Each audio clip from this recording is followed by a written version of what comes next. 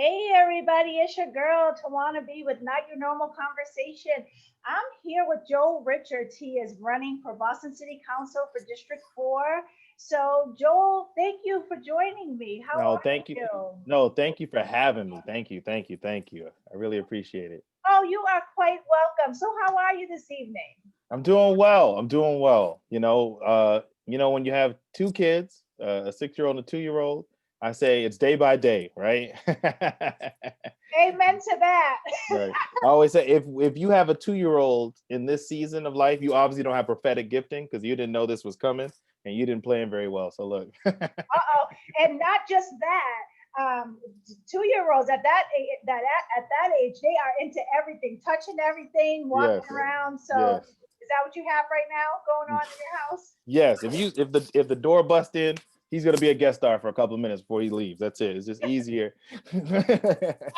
It's quite all right with me. So we'll just get right into it because we don't really have any time to waste, and every minute counts. And I want people and the viewers and the listeners to know exactly who you are before the show is over.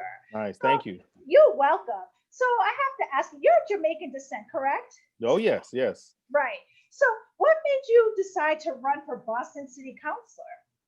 Man, it's hard to always. People ask that a lot. It's hard to funnel that down and just because there's It's just all so right. many. It's just so many different reasons. But just to talk about it, first of all, I'm a teacher in the Boston Public Schools. Right. So as an educator, the inequities that students suffer is a big part of my life, right? I see those inequities daily, right? Right. I have a son in Boston Public School, and then I have another son that I just registered for Boston Public School, my 2-year-old, right?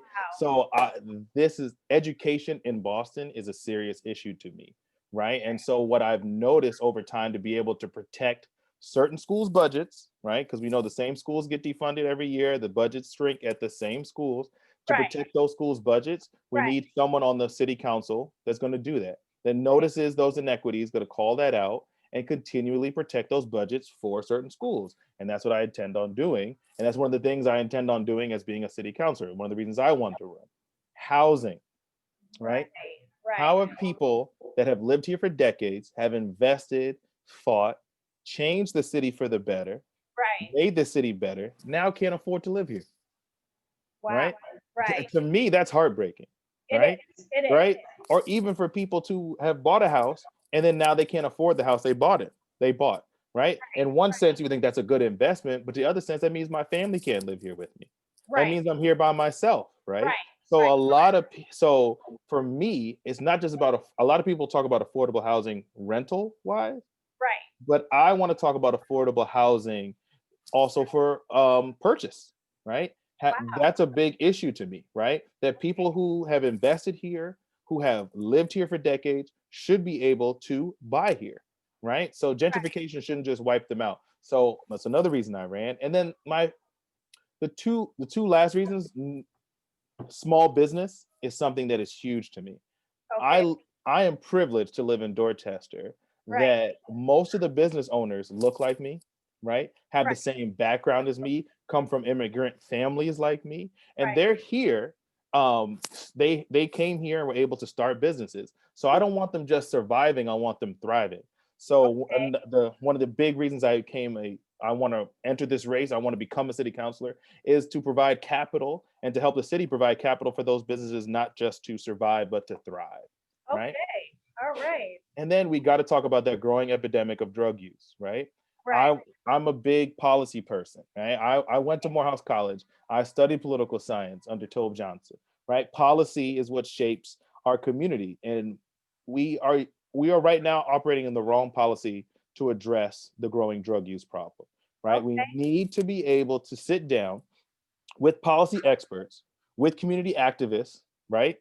What is Right. it? The South End Collaborative, right? Yes. Community collaboration. Like we need Yes. to be able to sit down with them. We need to be able for them to sit down with policy experts all over the world and come up with a way, right, to address these inequities and address these issues with the growing drug use, right? With Absolutely. addicted peoples in this city. So Absolutely. in a nutshell, without taking the whole hour, Well, it's that's fine. what. That's what this is about. Well, So I could talk about that question for the whole hour, but that oh, in in the briefest way possible, and brevity is the key here. That's why I am running for Boston City Council for District 4.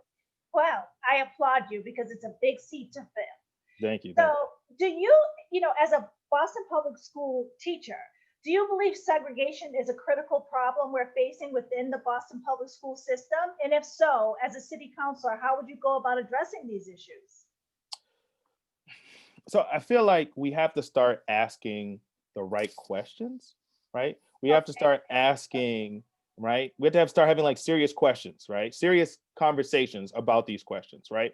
right. Why are kids bussed all over the city to underfunded schools? Okay. Why are the same schools underfunded, Mhm. right? We need to ask these questions, start making questions to these changes. These questions shouldn't be questions anymore, right? We should have Right. answers to these questions, Absolutely. right? Right. We also need to work with state reps and other agencies that influence the budget, right? What I said before, right? What Tobe Johnson taught me in Morehouse, right? Policy shapes everything, right? And Absolutely. so we need, so is segregation an issue? Right, right, because policy hasn't stopped it from being an issue. We don't have the correct policy in Boston Public School within the city, right, Right. to address these inequities, right, to get the appropriate funding, right, to Okay. get the proper class size for certain communities, Mhm. right? Why are there K-8s in certain communities that have less students than K-5 in some communities? Right? Wow. You have to ask yourself that question, right? Correct. These are the kind of questions I want to be on the city council asking every day, 24 hours a day, 7 days a week, right? I just want to be asking these Right. questions to force answers to come about. And when you're at this seat, when you're at the seat, when you have a seat at the table, the actual table that was created, Right. right? When you Right. ask those questions, people are required to not just answer them by mouth, but actually answer them with actual policy and solutions. So that's how I believe we address the segregation issue, right? Is start asking these questions and forcing the policymakers to address them. Okay. And that's a really good answer. So, what are the most important issues you would address if you were to be elected as our Boston City Councilor, i.e., systemic racism, inner city funding, Boston Police Department funding, etc.? What would be the main issues that you would address going in as a Boston City Councilor? So I feel like, we have a mayoral race coming up, right? Yes. And we have to partner with the mayor. Like I myself have to partner with the mayor Right. long before the mayor hands in their budget, right? So Right. I have to bring people from the community, bring experts to the mayor and like daily, all the time. Be like, these are our issues. When you're doing this budget, these are our issues. These are our issues. They need to be addressed. We need more teachers. We would like an extra reading teacher from K-3. Hey, there's some land over here. Could we use public funds to not sell it, but to actually develop it and then, not only use it for affordable rentals, but affordable purchasing for families that have been historically, systematically excluded from the house buying process, right? Are Right. we going to, so we got to start addressing these issues early before the budget comes out. Because I feel like a lot of times the budget comes out, then we start complaining, then we start getting mad, right? Then we want to veto the budget. Then that stops, then we're like, oh, this stops other things. But to address these issues that you named, I want to start early, right? So Right. like not to say one's more important than the other, but let's start addressing them before the budget comes out, right? Right. So all these things also go back to my main three issues. I feel like a broken record, which is, housing, Yes. education, right? Yes. Small business investment and capital in there, and proper policy for those to help those that are addicted peoples, right? Okay. So, and also, um, I want to talk about like capital for Mhm. small businesses Yes. because we got to talk about COVID, right? Yes. Right now, we need more capital for these small businesses. So that's another huge issue to me. So I don't want to just retain these businesses, right? I want Right. to retain, help them recover, and then help them even come back better. Help them come back with new signs, new point of sale systems, right? Right. New Right. entryways, right? More Right. access to websites and training and government grants and federal grants, right? Like hiring, like on my staff, I would love a grant manager or a district manager that just literally helps small businesses fill out grants, right? Okay. These are the kind of issues I want to address right away. Right.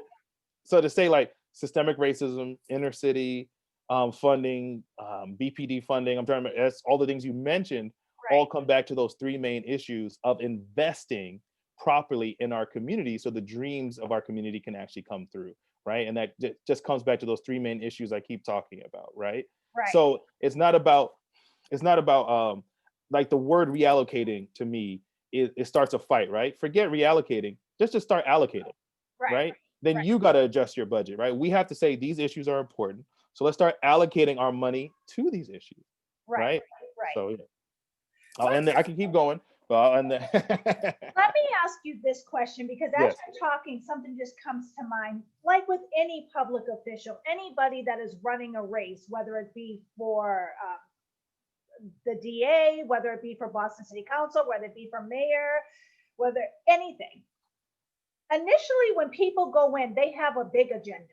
They have Hmm. things on their agenda that they want to get done. They pitch this to the public in order to get their votes. Now, they have good intentions of doing those things when they get into that seat.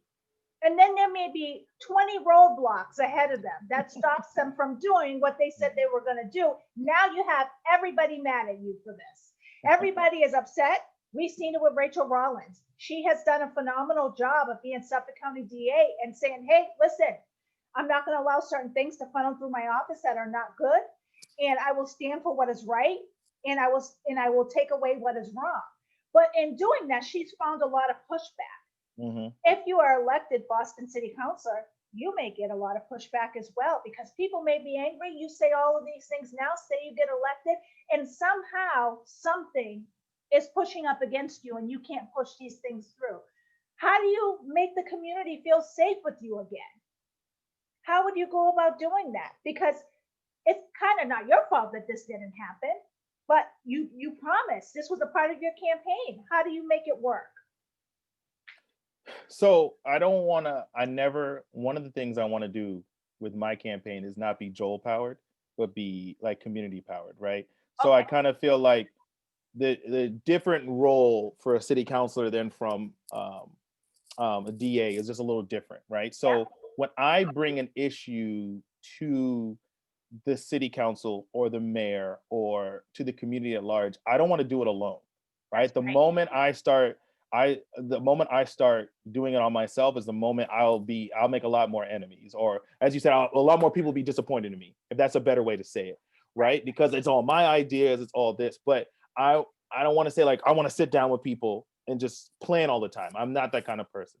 I Right. am I'm a steamroller, right? But I feel like, as a person who loves Christ, who Christ has matured me, when he told me this a long time ago. He didn't make me strong to run over people or to wrestle with people, but to bring people with me, to Yeah. carry people with me, to be able to take that weight with me, right? Right. So how I avoid the issue that you are pointing out is, in my role, is bringing people with me all the time. Like I said, when I go talk to the mayor about his budget, it's not Joel just talking to the budget. No, I'm gonna have the activists that have been on the street for 20 years fighting this with me, right? I'm gonna have the community organizations with me when I go and talk about these issues, because they can't just come from my mind. They can't just come from my brain. So, because it's easy for the city or for anyone or for the people that make the budget to let Joel down, Right. right?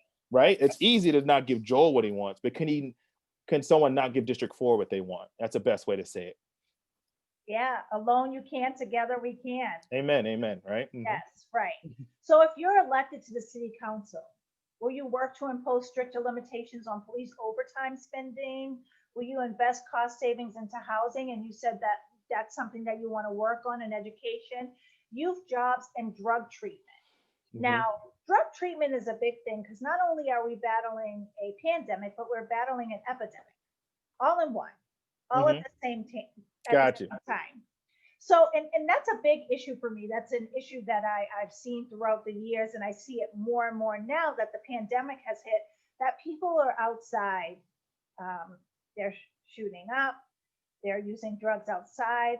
There's no safety for them. Some people don't believe that they should have safety because why would they be doing these things? But more importantly, what do you plan to do to house these people, to build more drug treatment centers, to bring safety to the community? What is your plan to do that? Right. And so when you're dealing with the, like you said, the epidemic and the pandemic, right? So we have to first of all name it. Addiction is a public health crisis that should be Absolutely. addressed at the human level, not a punitive level, right? Absolutely. I feel like I was telling someone for years, I'd be at like parties or events, and I'd be like, no, we can't just arrest our way out of the drug problem. People would call me this soft-hearted, unrealistic, crazy person. I'm like, no, Right. these are humans that Right. we're dealing with, right? Right. These are people's family members, mothers. These are mothers and fathers, brothers and sisters and aunts, right? Right. Like, right? Correct. We need to look at them like that, right? And so Right. that's the first goal is a paradigm shift on how we look at these people, right? Because Correct. then we have to admit every human deserves a house, right? Every human deserves safety and food and access to those things. And it also goes back to my three main issues, which is affordable housing, right? If Correct. you look at the research, right, and you talk to people, drug addicted people, right, or people that are addicted to drugs, sorry, Right. you see that most of them will say when their housing fell apart, when their family fell apart, that's when they turn to drugs. Not all, but you would say a majority or a vast majority would say that, right? When the structures that we could say are basic necessities went away, they had like what else? Not to say like they had no other choice, but they're more susceptible to those kind of addictions and those kinds of behaviors and predatory behavior by different people in the community to introduce those things to them, Right. right? Right. And so we have to look at that issue on a macro huge issue of taking and addressing housing, addressing our public schools, right?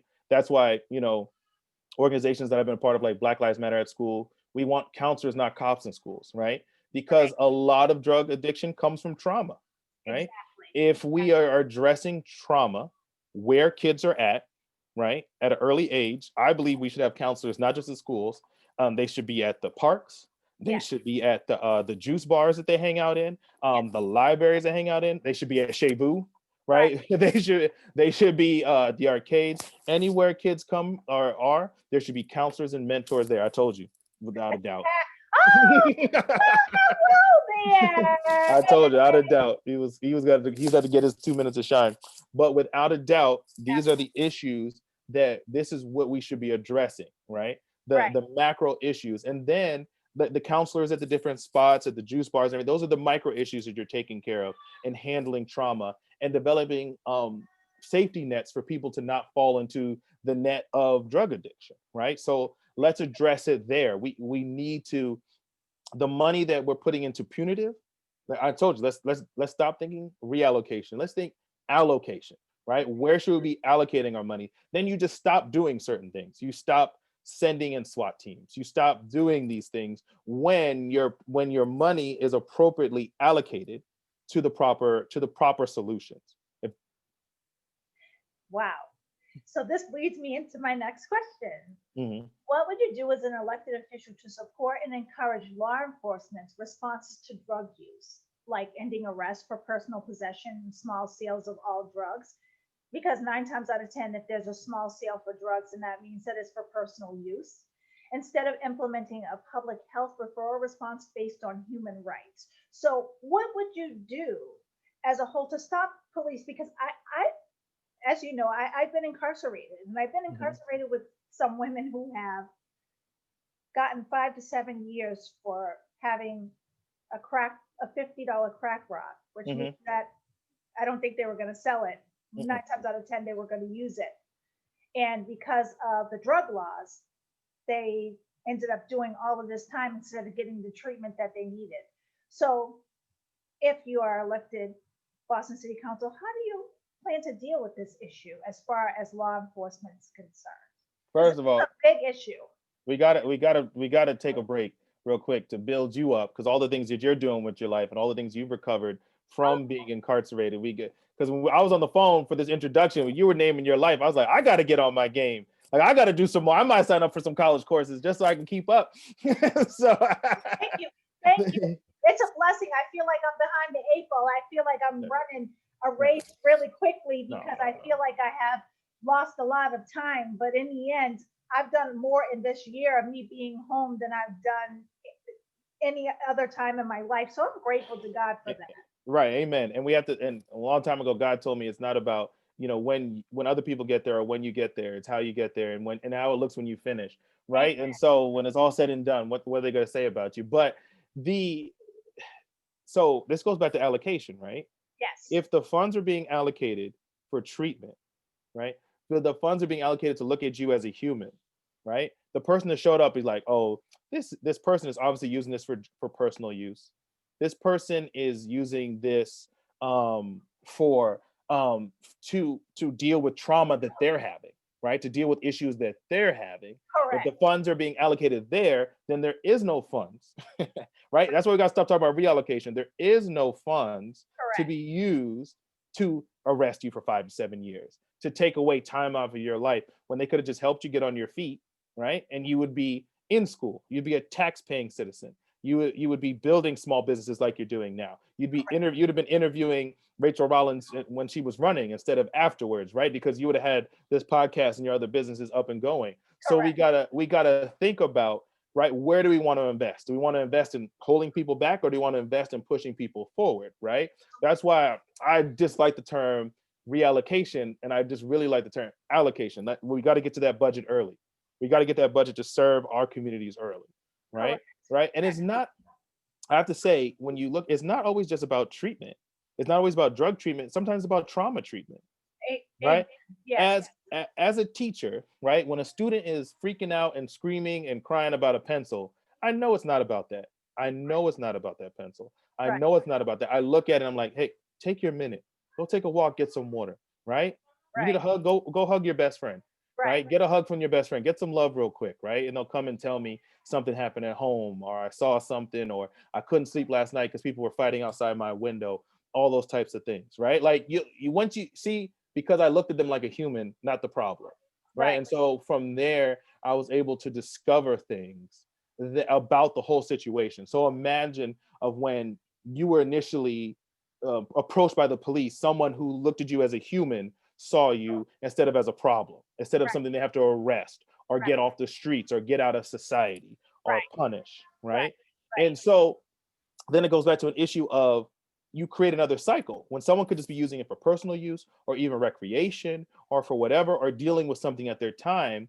Then you put them in a cycle, most people in a cycle of poverty, right? Because Right. you can't get a job, you have a record, you can't obtain credit, you can't obtain financial aid, you can't Right. even vote in some states and some cities, right? So like then you develop this whole sub like sub citizen, right? Right. There's not even a real full citizen that can't even fully enter society. Right. And that's a good and valid point that you made. And honestly, I've never thought of it that way, because it does create a whole nother cycle of issues, besides the fact that, they have used drugs, and now they can't get financial aid, because you're right. When you have a drug offense, you cannot get financial aid. Hmm. That is Hmm. correct. So Right. we spoke about this at the beginning of the interview. You're of Jamaican descent. And there Hmm. has been a lot of controversy over immigration issues with ICE and Hmm. deportation, detainment of immigrants here in Massachusetts. What laws would you support or implement to end the gang database that has been collected by the Boston Police Department, that is shared with federal agencies, that puts immigrants at risk of being deported and their children removed from them illegally? Because these children are being warehoused in different places. So, what would you do in this instance? So I'm gonna have to pull it out. And I went to I went to Morehouse College, right? And Okay. once again, I'm a political science major, and once again, under Tove Johnson, you got to look at where your data is, how your data is collected, and Right. how it's validated and how it's aggregated, right? Right. So if I look at 90% of the gang database is Black and Latina X, Yes. that calls into question the aggregation and collection of that data. I'm Absolutely. sorry, I am a teacher. Someone a while ago said some person was trying to insult me, just called me a career teacher, right? But I think I have a mind that I could deduce, and I can do deductive reasoning, and my degree allows me to dig deep into data and uh, and how data is collected and the validity of it. But Right. right there is a clear red flag if 90% of the database is from one subset of the population, right? Correct. Correct. So, and then you have to look at the errors that have been in that data, right? In court, a kid was accused of being a part of MS-13 for wearing a blue shirt at a soccer game, a blue soccer jersey, right? Correct. Right. Not noticing that certain sports team was popular, right? Right. But they were given a high number and accused of being a part of a game because of a colored shirt, not their activities. So what kind of database is that, right? And Right. then people are being deported because of this database, right? Is that the purpose of this database? Has this database been shown to stop violence in our communities or help at all?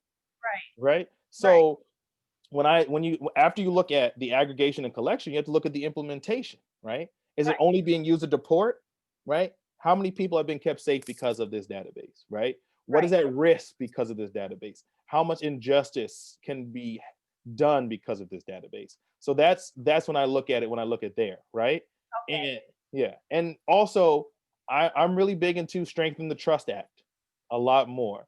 And also there needs to be a full inquiry into the database. And while that inquiry is going on, it needs to be suspended, right? It should not be going on right now until there's a full inquiry and we discuss how the data is being collected and aggregated so we can discuss the validity of that data, right? And then the implementation of that, right? And also, we should not be helping federal agencies deport people from our city, right? That is not the purpose of anything that I want going on locally in my city, right? I Okay. don't want federal databases coming in and rounding up people based on some obscure ranking given by a group of people that I don't know how they're collecting that data. If you're collecting anything, it should be public and transparent. And I should see exactly how it goes, who's a part of this database, right? So Right. if there's a database, why is it secret? Everyone should know it. I should be able to look it up. I should be able to see who's on it, right? And Right. so there's a lot of questions when it comes to the data from that. So I think strengthening the act and then suspending it and doing a full outside investigation of it is what should be happening right now. And I couldn't agree more. What do you think about all the black and brown people being killed at the hands of the police who are supposed to protect and serve the community? I mean, what do you think about the police brutality and people not being able to come together with their local police departments because of all of the violence and the injustice against our people? I mean, what would be your plans to negate some of this and to stop this from happening as an elected official? Right. this summer this summer revealed a lot about our country, right? It made it undeniable what black and brown people have been saying for years and videotaping for years what's been going on, right? Right. We realized it was no longer just a microcosm or a few instances. This is another pandemic or epidemic, as you were describing before, Correct. happening against a specific subgroup of people in our Correct. country, right? Okay. And so this is something that really needs to be addressed, right? This will touch Right. on work that I've done already. I work with Black Lives Matter at school. I've been the chair of it for Boston for this is my fourth year doing it, right? And Okay. it is something that is near and dear to my heart because I want a community model in almost everything that I do, right? I want Right. community schools. I want my son to go to a school in his community, right? And have friends in his community. Right. And I want the same thing. If we're going to deal with crime, I want it on a community level. I want to get it at its root, right? And what's that root? I'll go back to it again. I'm gonna say it again. It's affordable housing that's just not for renting, but also for purchasing, right? It's schools that are in the community that the kids feel loved, taken care of. When they have an issue, there's a counselor there to talk to them. There's mentors there. They feel safe. They're not violent. They're not overcrowded. There's not smells and odd smells and unventilated rooms that they go into, right? And Right. then also where people can realize their dream of owning small businesses and feel like they can reinvest in their community and their community can then reinvest back into them, Right. right? Right. Those are the real way we solve crime, not through over militarization, not through these extra punitive systems. It goes back to the paradigm shift. And I'll use you as an example again. It touches me, your story, that what if someone, when they saw you in that moment, saw you as a human and not as a problem? Right. Right? And when certain people come into our communities to protect and serve us, they see us as a problem and not as a human and like what's going on at this time. And Mhm. so I feel like paradigm shift, right?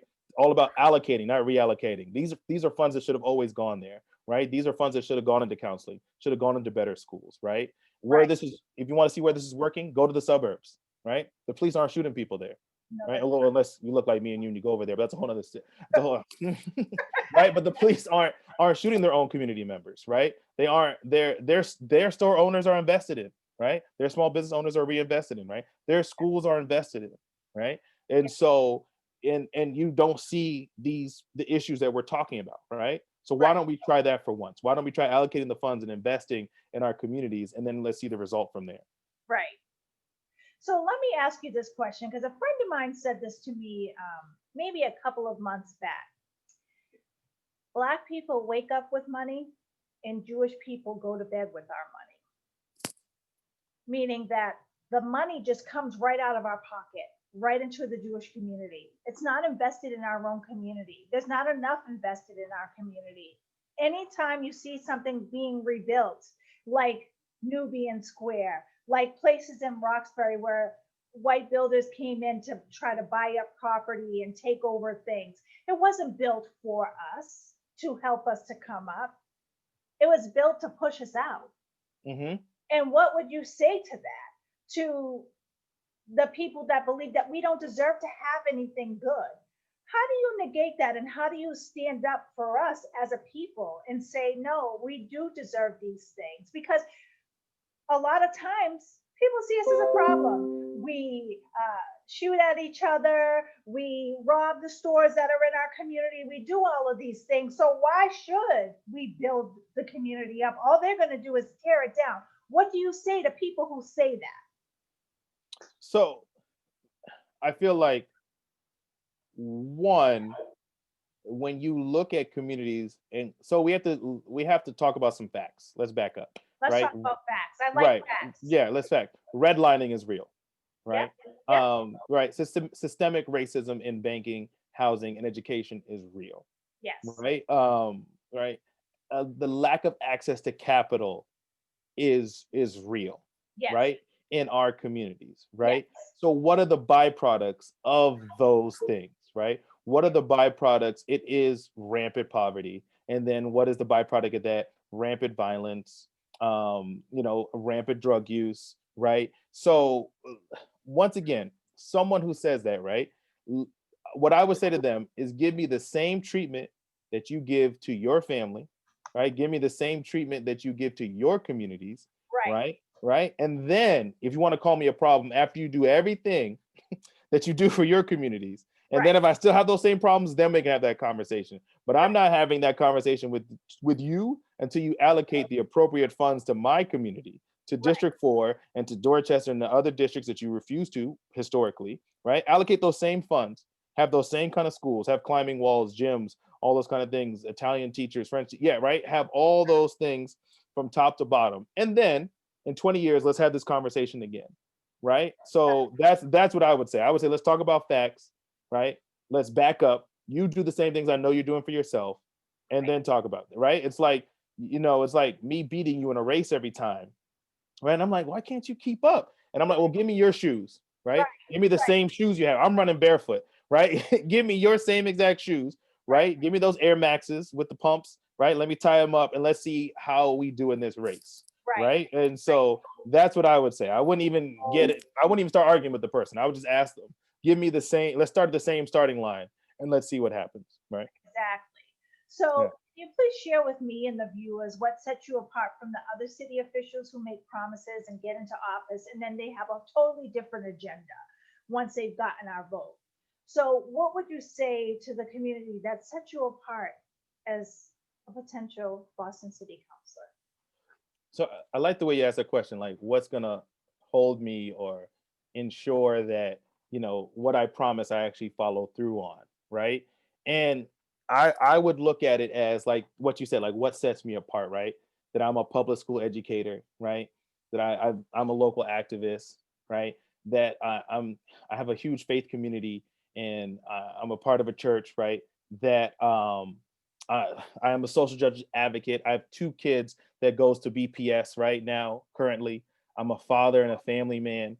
So for me to go against the stances that I have on small business, on on education, right, on housing, right, for me to go against that and change the way I think or feel, I would literally have to become another person.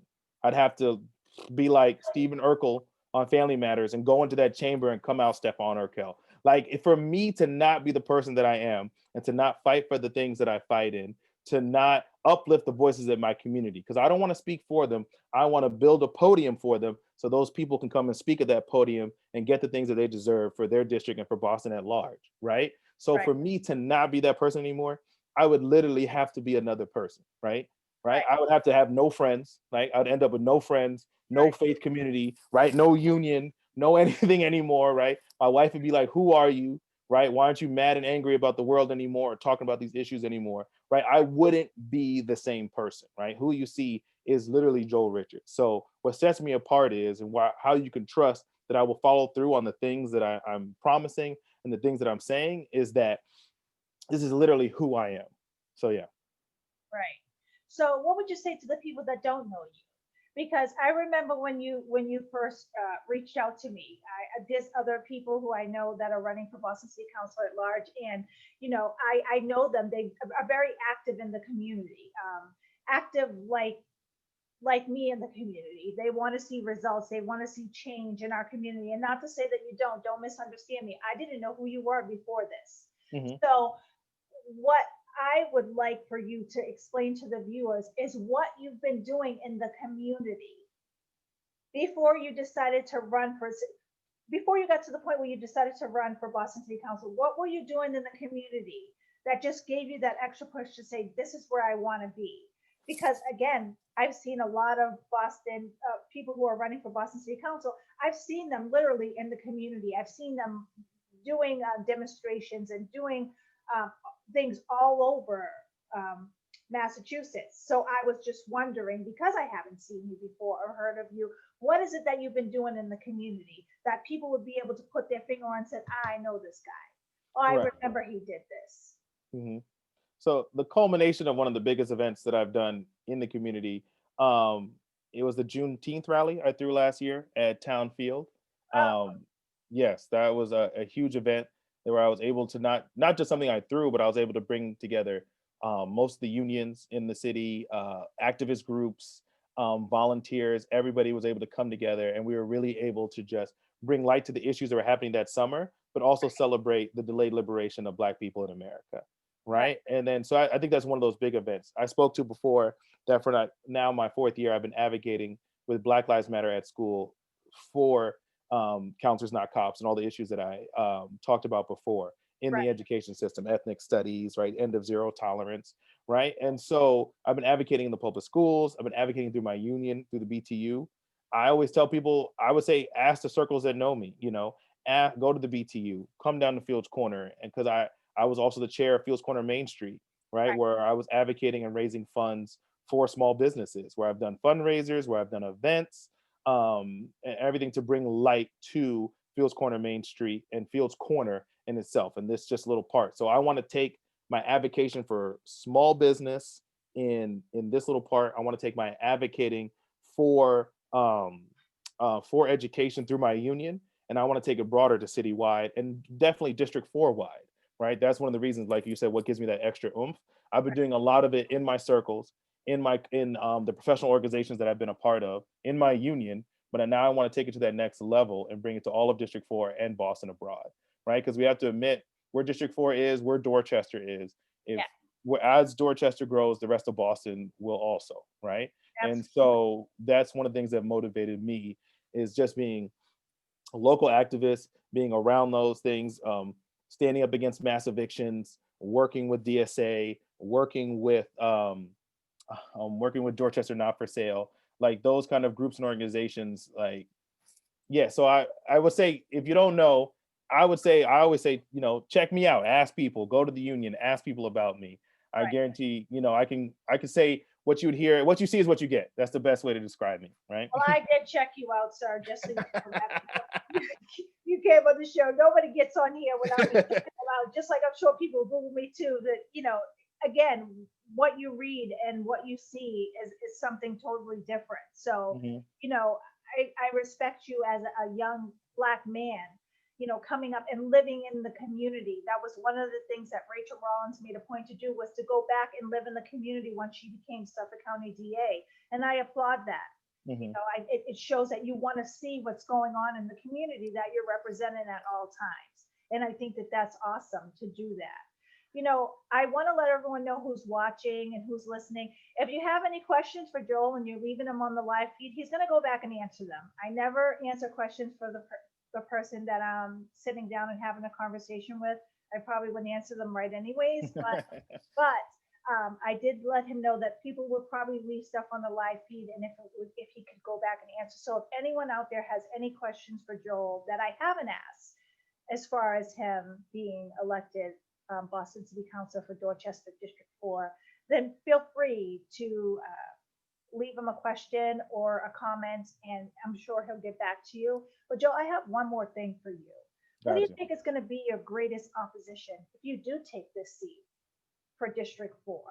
What do you think is going to be the biggest challenge and the biggest opposition for you going into office with all that's going on right now in our city and the community? You know, I opposition. I don't think there's gonna be much opposition because the way that I want to do it, I don't want to do it alone, Okay, right? I keep saying it's easy to oppose Joel, to deny Joel Richards, right? But I want to do it with a collective group of people, with District 4 at my back. What do we need? Let's go. Like I said, I want to build that podium so people can speak at it. right, But I feel like the biggest challenges and problems, first of all, is going to be COVID, the recovery of that, right? right. Um, I think an issue I'm gonna bring up that I think hasn't been really addressed is, so right now there's a lot of different kind of learning going on. Let's be Mhm, honest, mhm. hybrid, at home. Yeah, What kind of interventions are the city going to implement for kids going back to school, right? Because there's kids that like will go to second grade naturally and move on, but are they really ready for second grade? right, So it's like I said, the macro and the micro issues before, right? It's like I don't feel like the opposition is going to be great. It's that there will be great problems that we really have to deal with and have to be creative and have to be willing to listen and have to be willing to work together to solve, right? This right, isn't a steamroller, one person's idea kind of solving to coming back from COVID, right, right? To helping small businesses come back from COVID. This right, isn't something that you can do on your own. So if you say that the greatest opposition would be the people that don't want to work together, right? And I mean, and that right, could be some people, but those are going to be. Hopefully, those are few and far between. right, But I feel like the biggest thing right now is coming back from COVID, because it can't just be business as usual. We cannot go back to how we were before, right? We can't go back to before when there were schools that only had one laptop per 7 kids, right, right? Right? Or, I'm sorry, Chromebook, right? We can't go back to that world, right? We right, can't go back to that world where schools don't have adequate internet or Wi-Fi, right? We know that that is the future of education, right? So we really need to think about that. We need to think about what interventions are we going to implement, right? What interventions are we going to implement for these kids? Are we going to hire more teachers, right, right? Are we going to shrink class sizes for the next 4 or 5 years so that we can catch kids back up, right? right, So if you those are my biggest challenges in my mind, right? right, And then after that, how are we going to, like, addressing small business, access to capital, right? So they can, come back and come back better than they were before, right? absolutely. Yes, Right. But then also, how are we going to address this housing issue, which is only the band-aid has been ripped off in COVID, right? Are absolutely. we going to develop?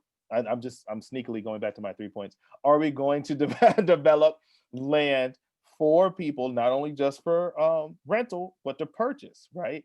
I feel like my ideas sound good, but there's a lot of opposition to it, right? And not opposition, but there's a lot of barriers and new ways of thinking about it, right? But that's why I don't want to go into this alone, right? I want That's why I want to come on to programs like this and talk to people and gain more insight and more people asking me questions on the feed, and so I can see and read and be like, no, talk to me. Let's do a Zoom. 30 people show up, start talking to me, asking me questions. Let's do this. Let's write something together. Let's get together and plan, You right? just gave me an idea.